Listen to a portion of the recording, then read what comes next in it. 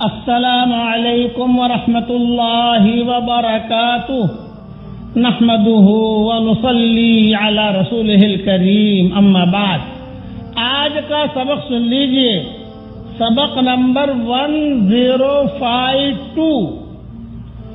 یہ آج کا جو سبق ہے وہ کوئی حدیث میں نہیں ہے، لیکن علماء صالحین کا بہت تجربہ ہے. اور یہ جو وظیفہ بتا رہا ہوں میں آپ کو، یہ روزے میں برکت کا وظیفہ ہے. جس کو بھی بتایا الحمدللہ بہت فائدہ ہوا. بلکہ ایک آدمی ایسا تھا کہ جس نے 1000 کے نوٹ زندگی میں کبھی نہیں گنے تھے. 1000 کے نوٹ اس نے گنے نہیں تھے، اسے بھی وظیفہ بتایا گیا تو الحمدللہ اب اس وقت میں کروڑ پتی ہے. وہ 1000 روپیہ کبھی گنا ہی نہیں تھا اس نے، لیکن آج اللہ تعالیٰ نے خوب مال دیا. لوگ جو ہے بہت ہی پریشان ہے روزے کے سلسلے میں.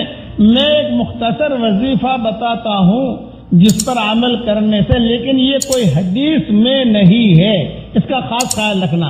صالحین کا تجربہ ہے اور بہت ہی مجرب ہے. لیکن یہ وظیفہ کیا جاتا ہے فرض نماز کے بعد. اس کے لیے فرض نماز پڑھنا ضروری ہے. فرض نماز کے بعد 2 منٹ کا وظیفہ ہے، وہ کر لیجئے.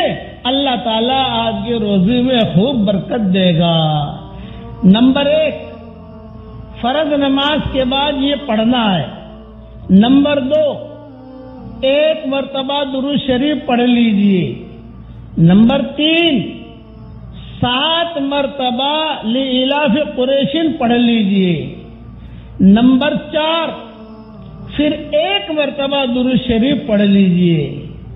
نمبر 5، جب لإلاف قریش میں آپ یہاں تک پہنچے وَأَطْعَمَهُم مِّن جُوعٍ وَآمَنَهُم مِّن خَوْفٍ، اس جملے پر جب پہنچے تو وہاں پر اپنی چیز کا خالی خیال رکھیے روزے کا، کہ میری روزے کا مسئلہ ہے، اس لیے اللہ تعالیٰ میرے لیے آسان کر. دل میں یہ کرو تو اللہ کی ذات سے امید ہے جس کو بھی بتایا سب کو اللہ تعالیٰ نے فائدہ پہنچایا ہے.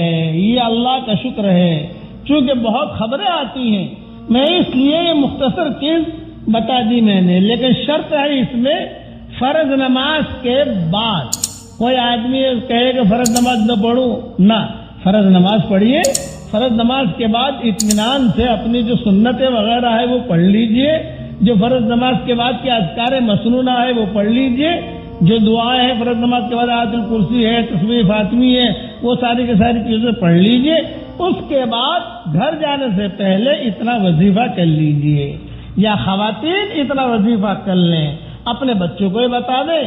حدیث میں نہیں ہے لیکن یہ چٹکلا بڑا اہم ہے.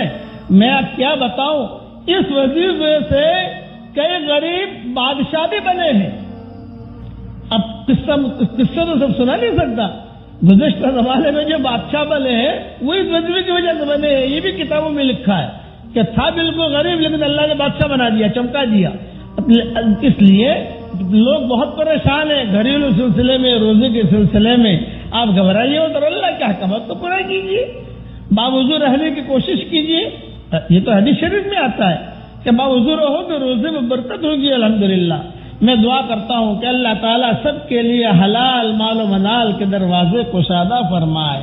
اب پڑھ لیجیے میرے ساتھ، لا الہ الا اللہ اللہ اکبر. دیکھیے لا الہ الا اللہ بڑا، میرے گناہ معاف ہو گئے، سیدھا عرش تک پہنچ گیا. اللہ اکبر بڑا، آسمان اور زمین کا درمیانی حصہ اجر اور نور سے بھر گیا. الحمدللہ. اس لیے بس اب دعا کرتا ہوں کہ اللہ جو پریشان حال ہوں ان کے پریشانیوں کو دور فرما، جو مقروض ہوں ان کے قرضوں کے ادا ہونے کی غیب سے صورت و شکل پیدا فرما. اے اللہ جن کے روزے کا مسئلہ ہے ان کے لیے حلال مال و منال کے دروازے کشادہ فرما. اے اللہ تو جسے ہدایت دے دے اسے کوئی گمراہ نہیں کر سکتا، اور تو جسے گمراہ کر دے اسے کوئی ہدایت نہیں دے سکتا. اے اللہ تو ہمیں ہدایت عطا فرما. آمین آمین. والسلام علیکم ورحمۃ اللہ وبرکاتہ. وآخر دعوانا ان الحمد للہ رب العالمین.